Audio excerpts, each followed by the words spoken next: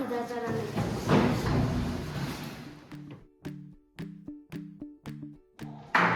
Ոտքի դատարան է գալիս։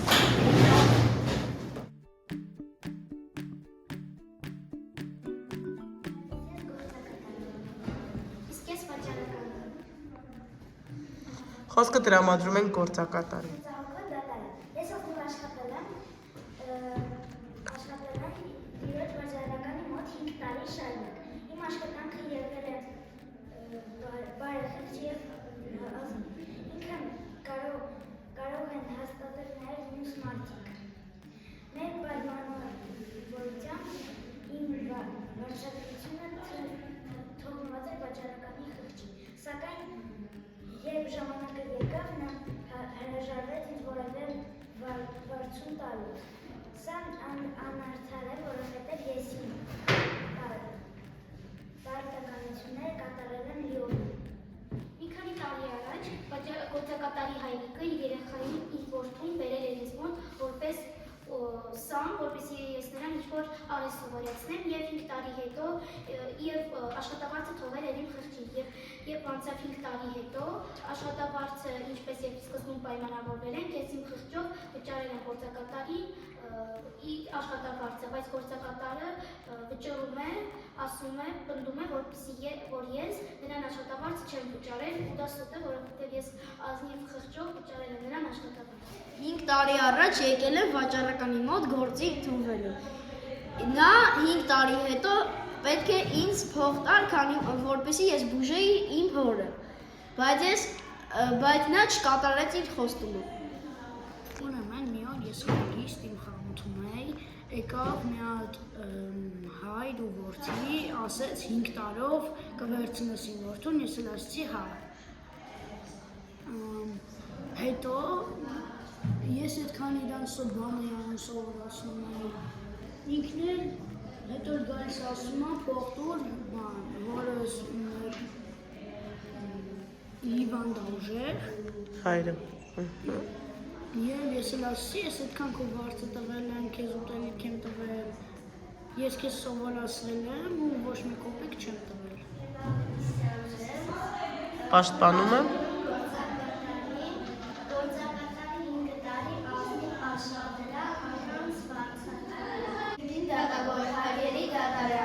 Այսօր աշխատանքած եմ երիտասարդ, ով նախատերում է ոչ թե հանցանքի, այլ արդարություն պահանջելու համար։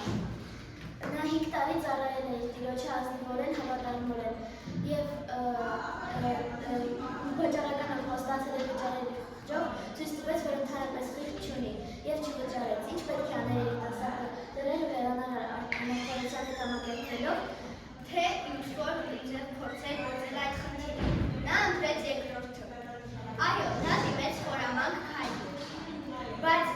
դա ոչ մեկի վնաս չի հասցրել։ Նա այդ քայլով միայն փորձում էր վերականգնել արդարությունը։ Ուստի ձեր դատարանի խնդրանք լինել արդար, և եթե դուք պաշտպանեք այս երիտասարդին, ապա կպաշտպանեք արդարությունը և նրա աշխատանքի ուժը։ Իսկ եթե վաճառականին, ապա գործակատարի աշխատած և արդարությունը արժեք չունի ոչ ոքի համար։ Ես Արուս Մարտիրոսյան եմ, պաշտպանում եմ վաճառականին։ Ուզում եմ ասել, որ հայրը նախ մեկ չպետք է թողնել վաճառականի խղճին, և երկրորդ պետք է վաճառականը իրեն ուտելիք է տվել, ջուր է տվել, աշխատանք է սովորեցրել, իսկ այդքանից հետո ոչ մեկ իրան չի վճարել և այն, որ գործակատարը վաճառականը իրավունք ունի գործակատարի գումար չվճարել։ Առարկում եմ, որովհետև գործակատարը չի համաձայնվել այն մտքին, որ ուտելիք տան, բայց փող չտան, կանային ինձ փող տային, ես կգնայի իմ ուզած ուտելիքը տան, ես չէի փոխել։ Բայց նաև խոսքը չի գնացել նրա մասին, որ ես այսքան տարիներին չպետք է ես քեզ ուտելիք եմ, իսկ եթե ես քեզ ուտելիք չտայի, դու կմահանեիր։ Առարկում եմ, ինքը կարող ինձ փող տալ, ես կգնայի համար ուտելիք առնեի։ Ես չէի ուզում ես ձեր տնից ինչ որ ուտելիք վերցնեի, որ 5 տարի հետո դուք ինձ հետ չտայիք իմ փողը։ Որոշ վերցնի։ Չվերցնեի սոված կմնայի։ Փող չէի տալի ուտելիք էի գնել։ Ես ասում եմ ես իմ փողն եմ։ Դու դες բան չես հասկանում։ Գործակատարը ուզում էր ստալել իր 5 տարի աշխատած փողը, որովհետև նա ազնիվ աշխատել էր եւ ոչ մի օգուտ չստացավ դրանից։ Նաև ես ուզում եմ ասել, որ այդ գումարը թողնված էր վաճառականի խղճին, սակայն 5 տարի հետո ես աշխատեցի եւ տղա ինքը հրաժարվեց ինձ որևէ գումար տալ, ասելով, որ ինքը ինձ կերակրել եւ պահել է, բայց որ ես աշխատել եմ նրա մոտ, իրան փող է եկել, որը 100% ավելի շատ է եղել, քան այդ ուտելիքը, եւ ասելով, որ ինձ պահել է, ինձ հրաժարվել է գումար տալ։ Գործակատարի պաշտպանողն եմ եւ մեղադրում եմ վաճառականին, որովհետեւ այնտեղ նա երբ գործակատարը աշխատեց ավարտեց իր 5 տարին, վաճառականն ասաց, որ ես իրան գումար չեմ տալ, ես քեզ պահել խնամել եմ այդ քոփայ գումարը։ Ես գործակատարի պաշտպանում եմ եւ ես համարում եմ, որ վաճառականը չէ տվել այդքան շատ փող գումար ուտելիքին, ինչքան աշխատում էր գործակատարից։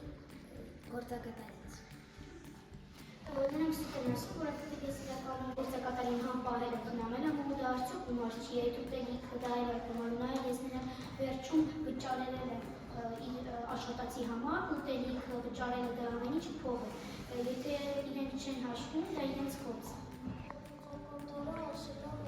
Ասելով քարանային, որ վաճառականում դրանից ու դրանից այո, գործակատարը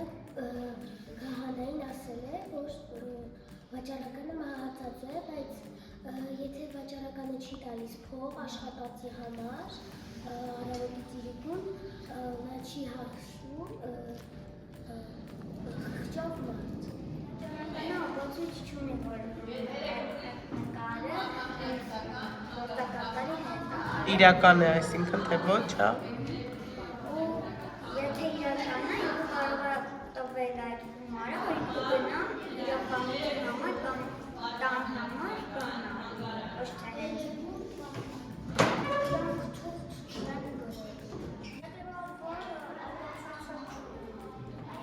Մենք թուղթ չունենք, բայց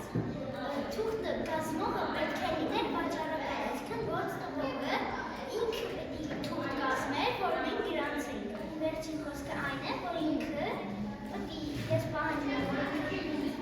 վարձիրա ու սակս հանդիսում։ Լսենք վաճառականի վերջին խոսքը։ Գործակատարը ոչ մի բացույց չունի, որ ես նրան գումար չեմ տվել եւ դասի ժողովրդից հիմա դատարանում ոչ մեկը ներկա չի, մենակ ներկա են գործակատարի պաշտպանյանները ու քանի որ ըստ օրենսգրքի նշված է, որ փոխելուց առաջ ինչ որ ուսում սովորելու համար պետք է դուրս որագրվի աշխատանքից առաջ ու նրանք թողել են իմ խղճին։ Նաեւ ես իրավունք ունեի ընդհանրապես աշխատավարձ չտալ նրան, որովհետեւ նրա հայրը թողել է իմ խղճին եւ իմ խղճը կարող է անխիղճ լինել եւ ես կարող եմ նրան գումար չտալ, բայց նա ոչ մի բացույց չունի եւ որ գումար ես իրեն չեմ տվել ու ես իմ վերջին խոսքը այն է, որ վաճառական գործակատարը Համար մահացածի դեր։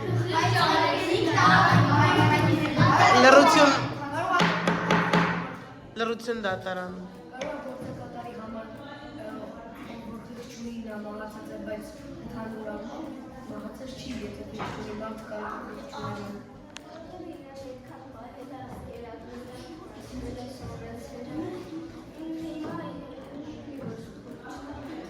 Իրավունք ունի փող չտալու։ Ես մենք այսօր այստեղ ենք պաշտպանելու գործակատարին ու մեղադրում ենք առանց բավարարի ապացույցների։ Առանց բավարար ապացույց։ վաճառականը ինձ ուղիղ ասել է, որ 5 տարի հետո իմ հայրը ասել է, որ իր խղճին է թողել։ Ինքը խիղճ չի ունեցել, դրա համար եթե ինքը խիղճ չունի, ինքը իմ համար մահացածի դերում է, դրա համար ես հայտնել եմ քահանային, որպես վրեժ լուծելու իրավունք։ Արամեկի չէր ուզում նեղացնել, նա ուղղակի իր իրավունքներն էր պաշտպանում։ Նրանք պայմանավորվեցին, որ վաճառականը 5 տարվա մեջ Արհեստ։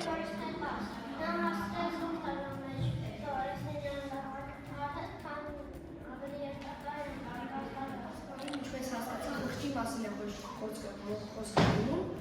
հայրը թողել է վաճառականի խղճին գործակատարի բաց։ Վաճառականը կարող է 0 դրամ վաճառել, որովհետև թողել է խղճին։ Նախ գործակատարը արդար և ազնիվ աշխատել է և չի ստացել բարձրություն, որ վաճառականը իր սրտի ամենամեծ չունի, նա խիղճ չունի, չի հարվում գործակատարին և չի գործակատարում։ Գործակատարի այդ քարով բացվեց վաճառականի անարդարությունը ու ինչքանով է ճիշտ, որ գործակատարը իր 5 տարվա տանջված աշխատանքը անի, բայց վերջում Ոչինչ չստան։ Եթե վաճառականը գտնվեր գործակատարի տեղը, ինքը նույն բանն էր, չէ՞։ Հիմա բայց գործակատարը գտնվեց ավելի հաջող ու ասեց, որ չէ, չգնաց, ուղղակի փորձեց իր հարցը լուծել։ Հարկերի դատավոր։ Նախ սկսենք նրանից, որ նրանք չեն ունեցել թղթե պայմանագիր։ Վաճառականը կարող է ունենալ խիղճ, եթե գործակատարը նրան մանրամասնորեն բացատրել ինչ է եղել իրավիճակը, հայրս այնտեղ մահամերձ է, մայրս կողքին է, իրանք մենակ են հիմա, եւ երկրորդ ինքը իրավունք չունի իր պատվի հետ այսպես կարող։ Դիտի դատավոր, խոսքս ուղղում եմ ձեզ։ Քիչ առաջ դուք խոսում եք խղճի մասին, որ գործակատարը եւ վաճառականը խիղճ չունեն։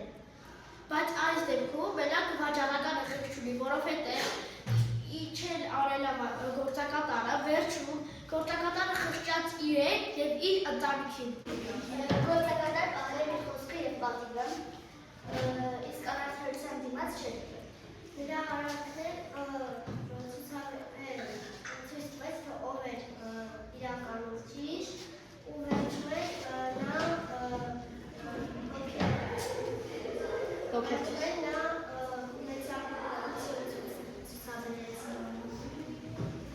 Շնորհակալ եմ։ Ես իր տեղը լինեի, ինքը ինձի փող չտար ու ես գնայի բան անեի, ասեի խանային, էդի Դուք այդպիսի բան չէիք անի, ուզում եք ասել։ մարդը ողջ է, ինչի պետք է գնալ ասել, որ ինքը բան օրինակ չգիտեմ, Մահացել է։ մահացել է։ Ես կասեմ, որ ես զղջացել եմ իմ արարքի համար, որը իրան ասել եմ քահանային, ասել եմ, որ ինքը մահացել է, բայց մեկը իմ հոգևորքում մնում է այն, որ ինքը անխղճորեն է իմ հետ վարվել, իմ հոր հետ, նույնիսկ հարգանք չի ցուցաբերել 5 տարվա ընթացքում եւ մի հատ էլ մենակ կերակրելով ուզեցել է հարց փակի։ Ու հիմա վերջում ես իրան խղճացել եմ, իր ընտանիքի խղճացել եմ ու ես վերջում ցույց եմ տվել, որ խիղճ ունեմ ու ցույց չեմ տվել, որ իր նման ախիղճ եմ, որ 5 տարի հետո ես իրեն փող չտամ։